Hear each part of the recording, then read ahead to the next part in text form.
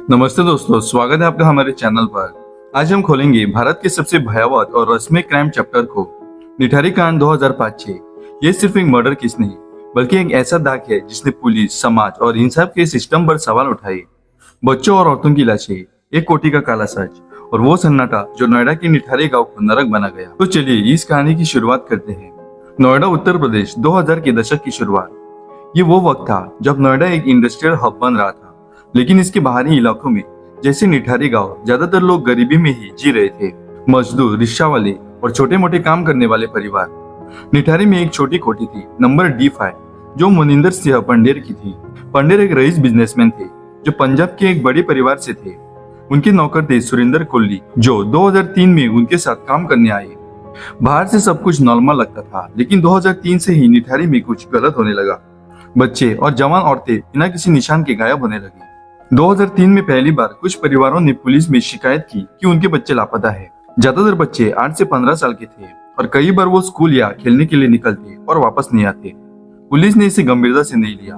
उस वक्त नोएडा पुलिस पर इल्जाम था कि वो गरीबों की सुनते नहीं थे। कुछ परिवार वालों को तो कहा भी गया था कि उनके बच्चे भाग गए होंगे। 2004 तक ऐसी ही शिकायतें बढ़ी, लेकिन कोई FIR दर्ज नहीं हुई। गाँव वालों में डर फैलने लगा। कुछ ने शक जताया कि मानव तस्करी या अंगों का रैकेट चल रहा है, पर सब अफवाह समझा गया।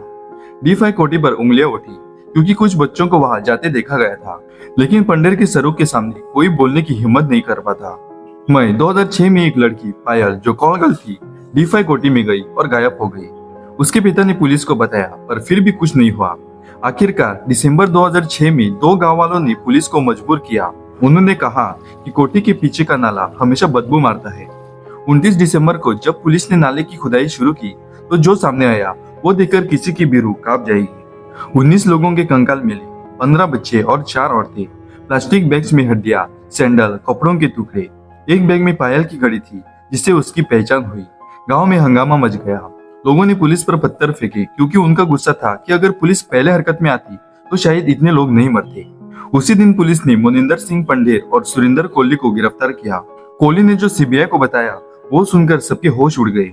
उसने कबूल किया कि उसने 6 बच्चों और पायल को मारा। उसका तरीका एक जैसा था। वो बच्चों को लालच देता, जैसे चॉकलेट या पैसे, और कोठी के अंदर ले जाता। वहां वो उनके साथ गलत काम करता, गला घोट देता और लाश को काटकर नाले में फेंक देता। उसने ये भी कहा कि वो कुछ लाशों का मांस खाता था, जिससे कैनिबल की कहानियां शुरू हुई। पंडेर पर इल्जाम था कि वो कोहली को रोकते नहीं थे और शायद कुछ मामलों में भी शामिल थे। CBI को कोठी से खून के धब्बे, एक चाकू, कुछ बच्चों के कपड़े मिले।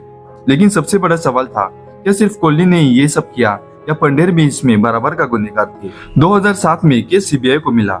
जांच में कई खामियां सामने आई। पहले तो नोएडा पुलिस ने 2003 से 2005 की शिकायतों को नजरअंदाज किया। जब कंकाल मिले तो पुलिस ने जल्दबाजी में बिना फॉरेंसिक प्रोटोकॉल के नाले को खोदा, जिससे कुछ सबूत खराब हो गए। CBI ने सिर्फ 19 में से 16 केस की चार्जशीट की, क्योंकि बाकी की पहचान नहीं हो सकी। DNA टेस्टिंग में देरी हुई और कुछ हड्डियां गलत परिवारों को दे दी गई। गांव वालों ने इल्जाम लगाया कि पंडेर के पावरफुल कनेक्शंस ने जांच को प्रभावित किया। फिर भी पंडेर और कोहली के फोन रिकॉर्ड से पायल के साथ उनके कनेक्शंस पक्के हुए। CBI ने कोहली को 16 केस में चार्ज किया और पंडेर को 5 में।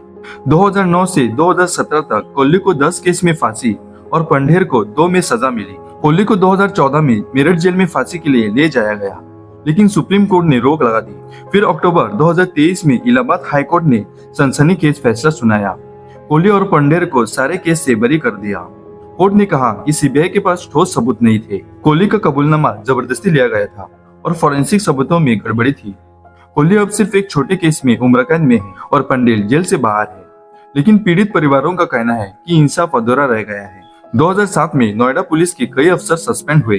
केस ने बच्चों की सुरक्षा और मिसिंग पर्संस की जांच के लिए नए नियम बनाए, लेकिन निठारी आज भी एक डरावना नाम है। दोस्तों, निठारी कांड सिर्फ एक क्राइम स्टोरी नहीं, बल्कि एक चेतावनी है कि सिस्टम की खामियां कितनी जिंदगियां छीन सकती है। क्या आपको लगता है कि असली गुनहगार कभी पकड़े जाएंगे? कमेंट में बताइए। अगर वीडियो पसंद आई तो प्लीज इसे लाइक करें, शेयर करें और हमारे चैनल को सब्सक्राइब करना न भूलें। अगली बार फिर मिलते हैं, तब तक के लिए नमस्ते और धन्यवाद।